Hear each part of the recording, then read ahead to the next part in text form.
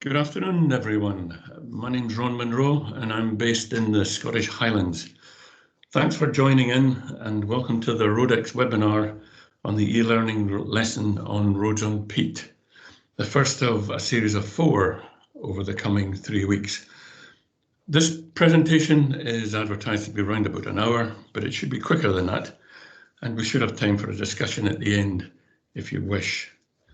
But before we start, as this is the first webinar, I've been asked to give a quick summary of how ROADEX came about and what it's doing now.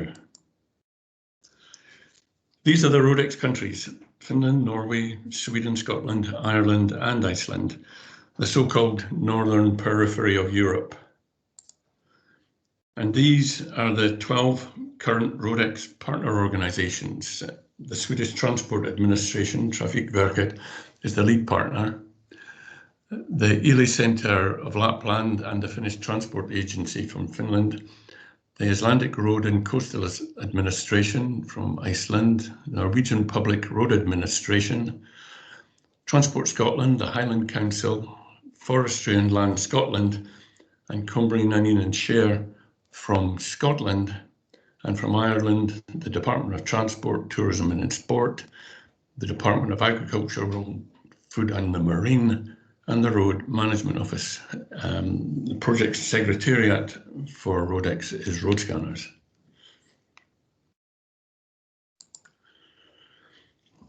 ROADEX started off as a project under the EU Northern Periphery Programme that was set up to encourage cross-border sharing between European states. It was defined as a transnational collaboration of roads organisation to share best practice, research and develop new knowledge, implement and test new solutions. It's now been running for 23 years. It was initially supported by EU funding, but it's now funded wholly by the partners themselves. But why did the partners collaborate in the first place? Well, quite simply, it was in their interest, even if they didn't know at the time. They all had common problems looking for sustainable solutions, and they all needed to get more out of their reducing budgets. ROADEX started off looking at low volume roads, and that continues to be its prime focus. But in doing so, it quickly developed strategies and technologies that can be applied to all roads, both big and small. The pilot ROADEX project identified 5 common problems across the countries, and these are still concerns today.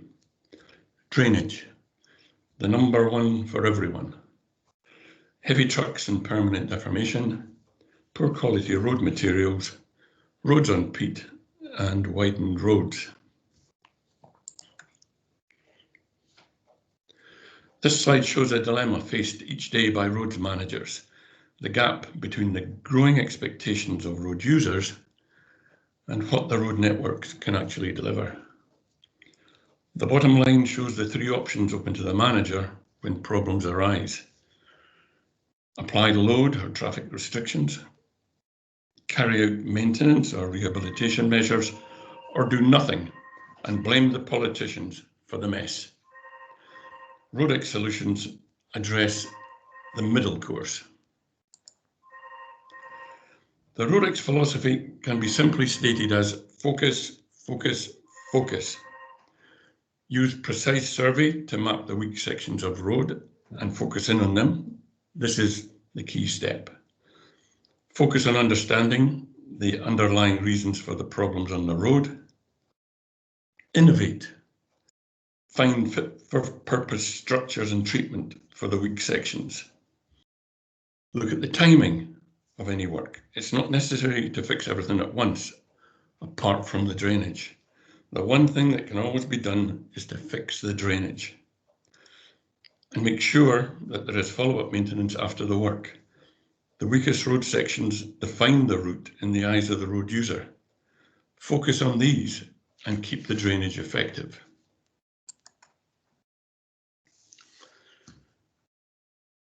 The first step in the ROADEX method is survey.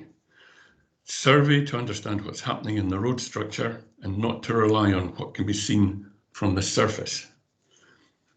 Typically, methods will include video, drainage, GPR, falling weight, and scanning.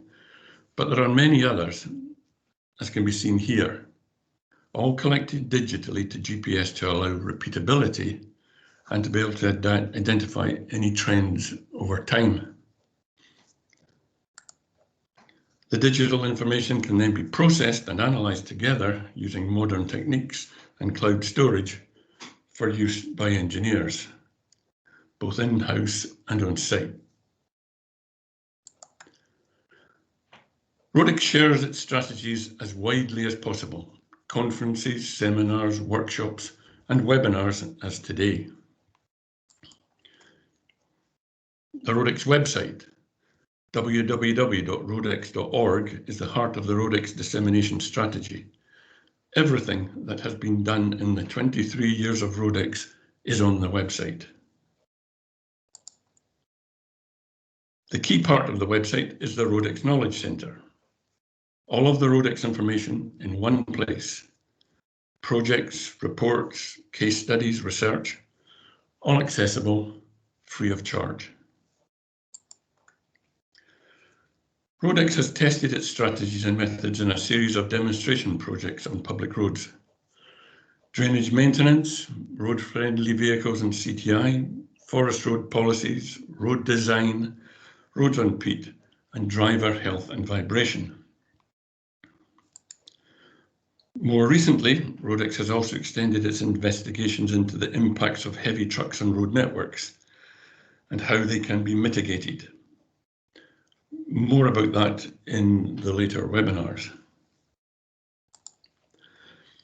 The most recent long-term demonstration of the effectiveness of strategies developed by ROADEX is the PECO project in Finland that is proving that it's possible to improve the condition of road networks with reduced resources by improving the drainage and by using proactive maintenance techniques. The aims of PECO, reduced costs of annual repaving work, are already being achieved now, halfway through the project.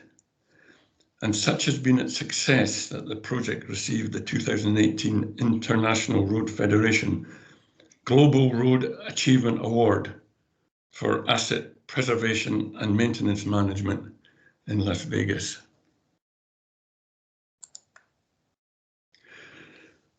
Which all brings us nicely to the 4 ROADEX e-learning lessons: permanent deformation, roads on Peat, drainage of roads, and environmental guidelines. These lessons have received excellent reviews since they were released and are now being used in undergraduate training courses in universities. All are free to use and all have been recently updated in English with improved interfaces to make them easier for readers to cut and paste. And importantly, there is a voluntary self-test for users at the end of each chapter. The translated versions of the earlier lessons are still on site in Icelandic, Finnish, Swedish, and Greenlandic for non-English speakers. The latest versions have not yet been translated, but these are being considered for the future. That was the introduction. Now on to roads on Peat.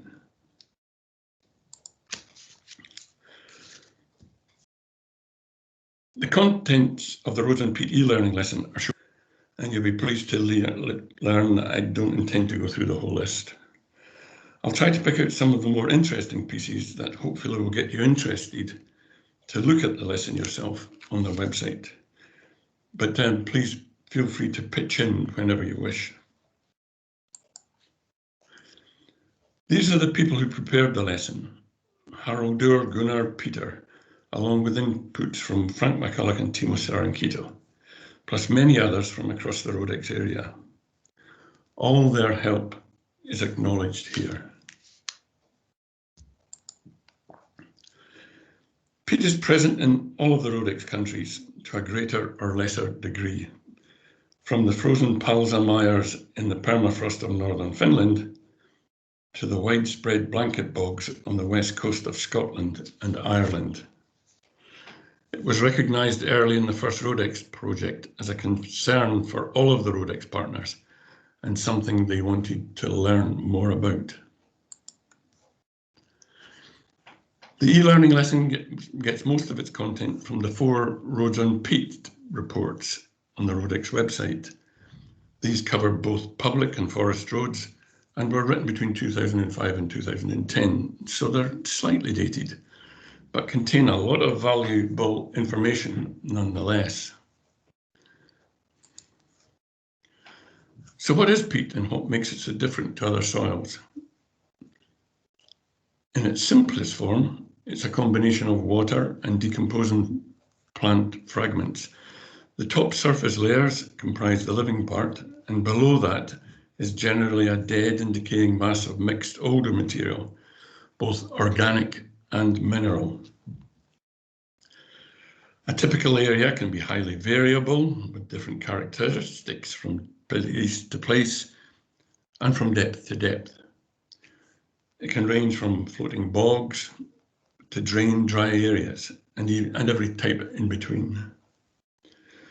So why would anyone want to use it? It's often said, dig it out and get rid of it. It's the only way of dealing with peat. And in a perfect world, that would be the perfect solution. If there were unlimited funds, if it was always easy to excavate, if there was always enough land for the excavation and the disposal, and if we didn't have to pay landfill taxes. And of course, if there was an economic source of backfill, and so on. Certainly we have to live with peat under our existing roads.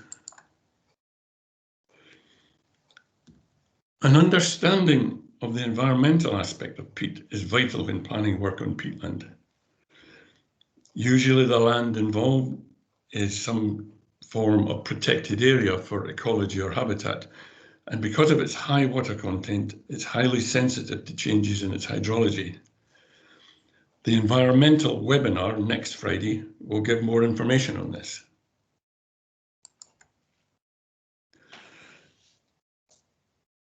All the ROADEX partner countries follow some form of risk management process for their roads operations involving peat, so that any risks can be identified and efforts made to manage them. The e-learning lesson discusses the basics of risk management, especially the points shown here. The 5 considerations in the bottom constitute what is generally known as geotechnical risk management.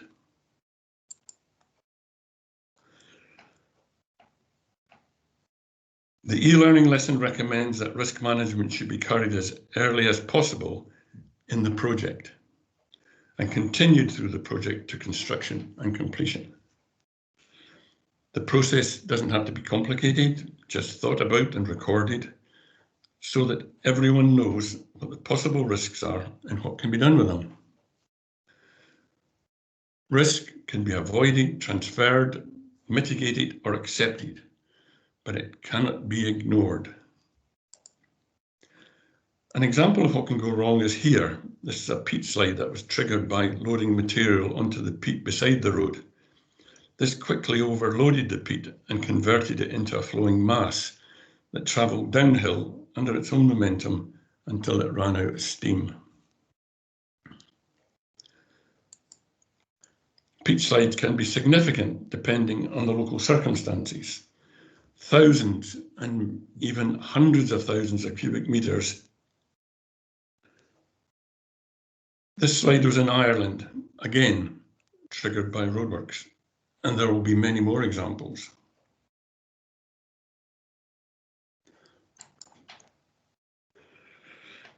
The e-learning lesson discusses the use of a geotechnical risk register as a way of putting down some numbers on the risks. In this case, risk is calculated as the probability and its likely impact. In this particular method, probability and impact are rated on a scale of 1 to 5, giving scores of 1 to 25 in the coloured boxes. But there are other methods. that can be used also. This is an example of a simple geotechnical risk register. It's created in 3 stages. The identification of the hazard, assessing the probability of it occurring and its impact if it did, managing the risk and allocating responsibility and action, and this is it populated with some example hazards with the 1 to 25 coloured coding as mentioned.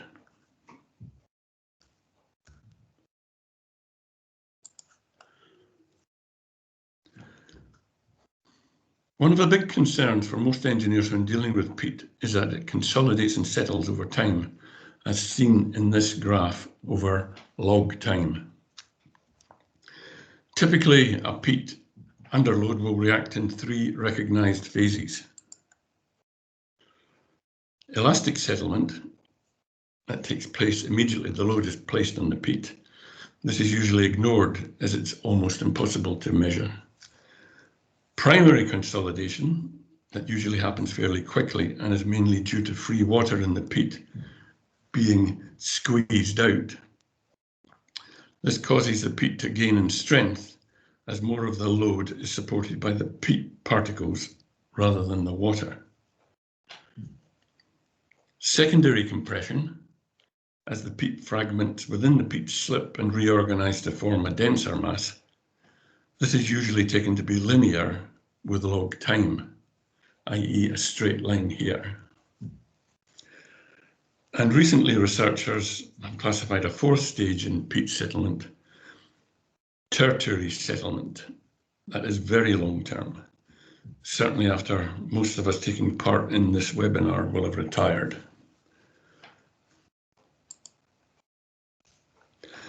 The same graph can be used to show how peat can be strengthened to support a designed load by preloading it to a level strong enough for the intended load so that long-term settlement can be minimized. The particular example shown here is for an embankment height of 2 meters above the peat surface. The green line is the settlement line that would be expected for the 2-meter embankment. Over 30 years, it would settle approximately 80 centimeters. This settlement can be achieved much faster, however, by loading the embankment with an additional load, typically by an additional 1.5 meters of fill, as shown here. This 3.5 meter deep embankment would then settle by approximately 1.6 meters over 30 years. If, however, we force the settlement down to the design settlement of 0.8 meters and then remove the temporary load, we can essentially have a peat that's strong enough to support the planned 2-meter embankment. It's not quite that easy in practice to immediately impose a 3.5 meter embankment on peat without failure, but it can be done. It's normally done in stages, allowing time for the peat to gain in strength between layers, as shown here, again to log time. The first layer placed on the peat has to be thin enough to be supported by the peat. A geotextile or geogrid is normally laid on the surface to help spread the load, particularly on very weak peat. The second layer is then placed when the peat has had time to sufficiently gain enough strength to safely support it, and the third layer in the same way.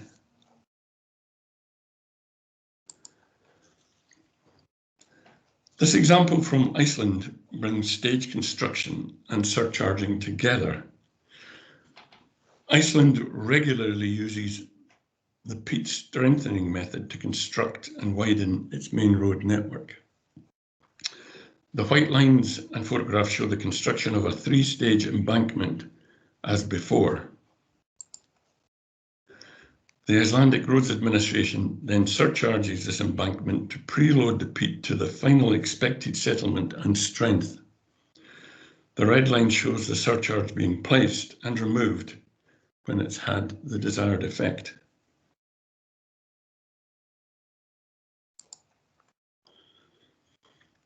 Monitoring of the layers and any settlement as it happens is essential in this process. This can be carried out in a number of ways, the simplest being a simple settlement plate and rod, as shown here.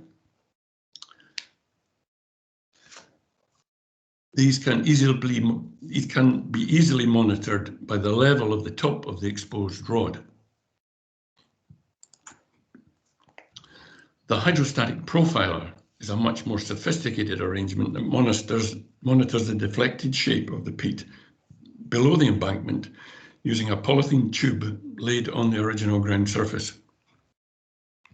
A sensor is then pulled through the tube to record the deflected shape. This example is from Iceland, who use it regularly. The water content of the peat is a primary factor in estimating how a peat will behave under load, and it can range from very little to up to 2000%. The eLearning lesson examines this and shows how an indication of the water content can give an idea of some of the more useful peat parameters, especially the amount of settlement that is likely to occur for given circumstances.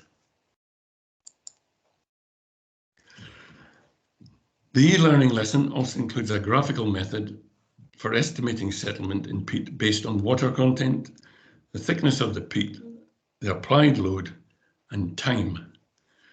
The method was developed by the Swedish Transport Administration and is based on tests carried out on Swedish peat locations since the late 1970s.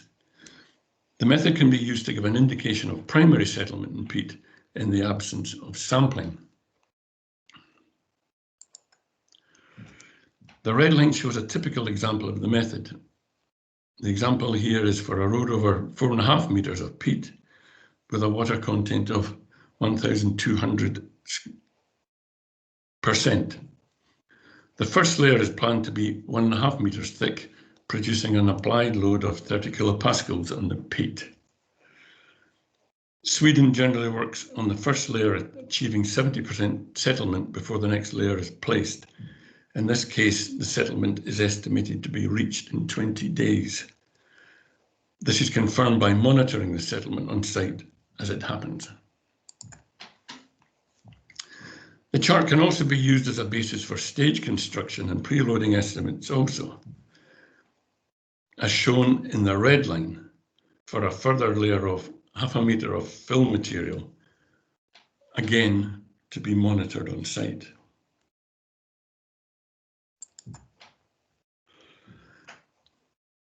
From all of this, it will be seen that any work involving peat has to be based on factual data from the site, and the eLearning lesson recommends the minimum investigations shown here.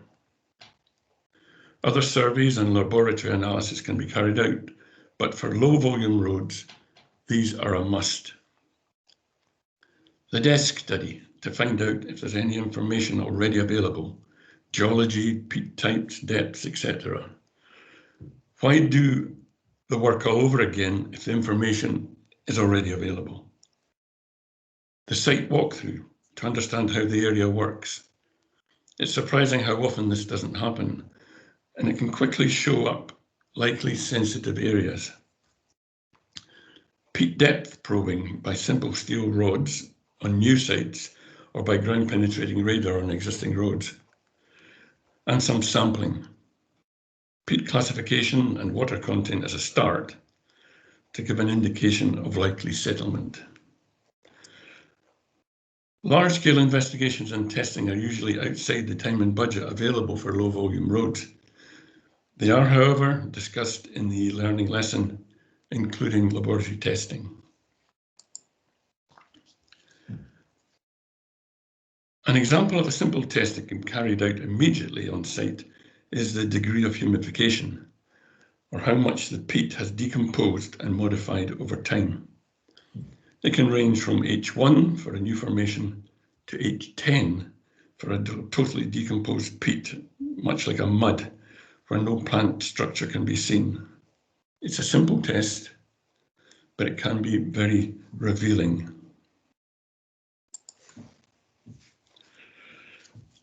The e-learning lesson covers the 3 accepted types of road construction over peat: excavation, displacement, and left in place.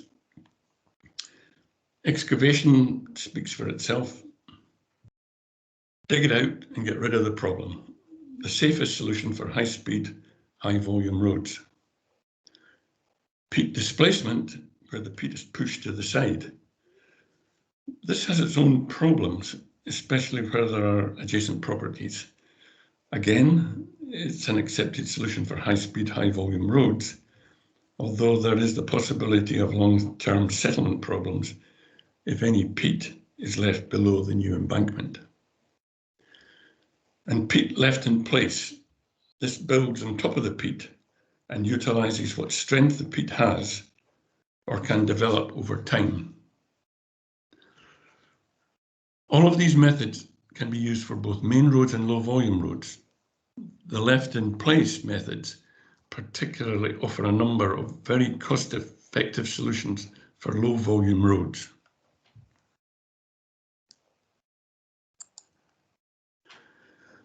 These are some of the example methods covered in the lesson for peat left in place: strength improvement, load modification, reinforcement, vertical drainage, piling, and stabilisation. All are discussed at length with examples in the e-learning lesson.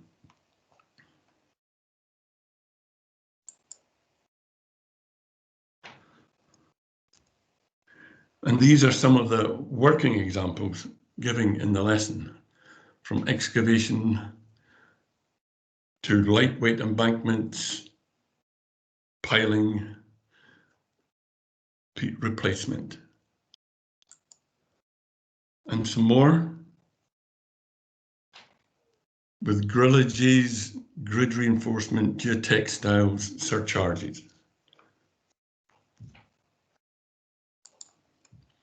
The Palsa Bridge in the middle of the screen is something that few engineers will have had the chance to get involved with. This body of peat lay in an area of permafrost on one of the main transportation routes between northern Norway and Finland. Surveys showed that the ice lenses in the frozen peat were thawing, causing increasing settlements in the road. The chosen solution was to build a bridge over the Palsa in winter, using steel piles drilled to the bedrock. Time will tell if climate change will continue to thaw the ice.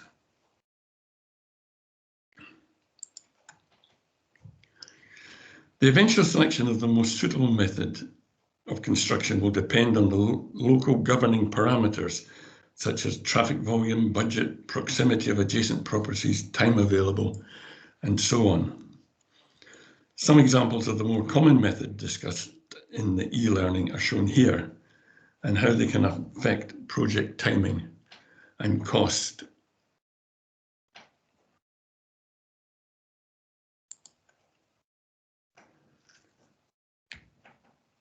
Another issue concerning construction over peat is buoyancy. This is important in the maintenance of roads over peat, especially roads on wet, buoyant peat, and its effects are explained in detail in the lesson. The top figure shows a floating road on top of peat with a high water table. As it has settled, it has displaced peat and water, and the embankment material below the water table has become saturated and buoyant. The bottom figure shows the effect of excavating or deepening ditches alongside the road. These ditches begin to lower the water table locally and in the embankment, increasing the load on the underlying peat and triggering new settlement. The figures are simplistic, but they do show the effect. The mantra here is to do no more harm. Ditches can be dug, just keep them well away from the road. Some examples of methods that can be used for drainage of roads on peat in the e-learning lesson are shown here. No drains at all. This is perfectly possible with roads that sit above the local landscape and don't flood. Wide, shallow ditches rather than deep ditches, preferably away from the road.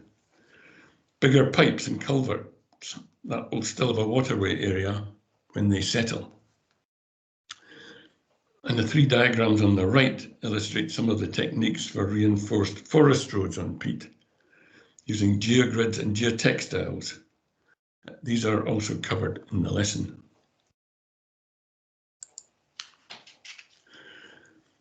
Turning to the maintenance of roads on peat. This ROADEX example from the Western Ireland shows the recommended surveys to identify and deal with peat under existing roads. The surveys are a standard GPR survey in both directions, a deep GPR survey for the presence of peat in both directions again, GPR cross-sections at selected locations, a laser scanner survey in both directions, and a falling weight deflectometer survey in one direction at 50-metre centres, all being brought together for integrated analysis. This slide shows the GIS map of peat and soft subgrade areas identified in the survey. The areas circled in red are the areas that were identified as being on peat. And this map summarised the overall risk of failure of the road, metre by metre, after analysis. It can be seen that the highest risks coincide with the presence of peat below the road.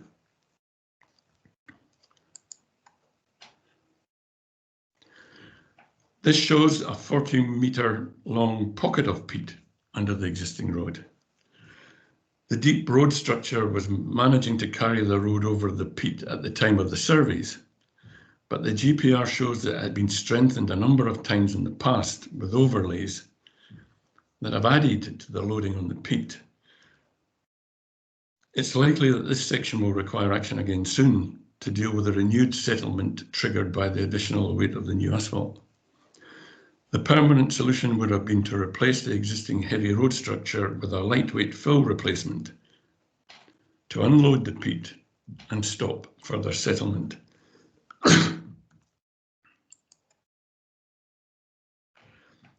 Overlaying road surface defects with new material seldom works with the roads on peat subgrades, as the additional weight of the new overlay simply increases the loading on the peat. This quickly produces further settlement and further defects. A better solution is to replace the existing layers in the road with lighter material so as not to increase the weight of the road, or better still, reduce its weight. ROADEX recommends the installation of a steel grid at 25 centimetres below the surface. This helps stiffen the structure and improves its load distributing properties by tying everything together. The e-learning lesson offers two standard solutions as shown here. The standard rehabilitation structure, where the defect is in the construction layers, such as minor deformations, cracking, alligator cracking, and the lightweight structure, where the problem is with greater settlements, deep cracking, large deformations. The aim with this structure is to end up with a finished road that is at least 25% lighter than the original structure. This is a lightweight fill replacement of a floating public road over peat from Scotland. It used recycled tyre bales as the replacement lightweight fill and achieved a lighter load on the peat.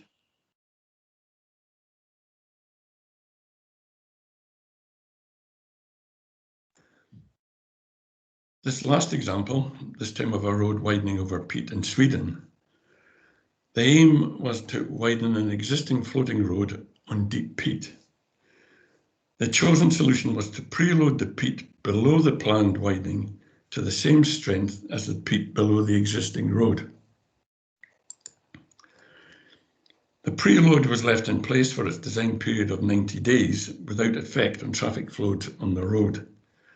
Over this period, settlements were monitored and found to be generally in accordance with the design expectations.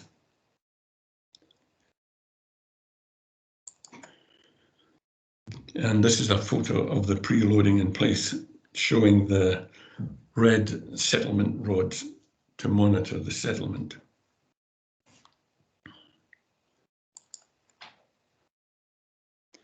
So in summary, best practice in dealing with peat is to collect data, find out something about the material, and in particular, understand the ground conditions that you're about to deal with.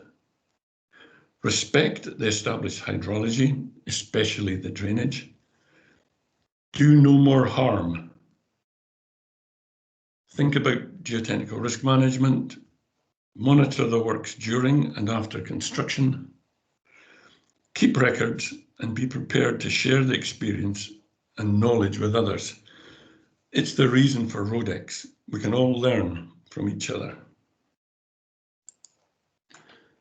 Thanks for listening. Any questions, comments?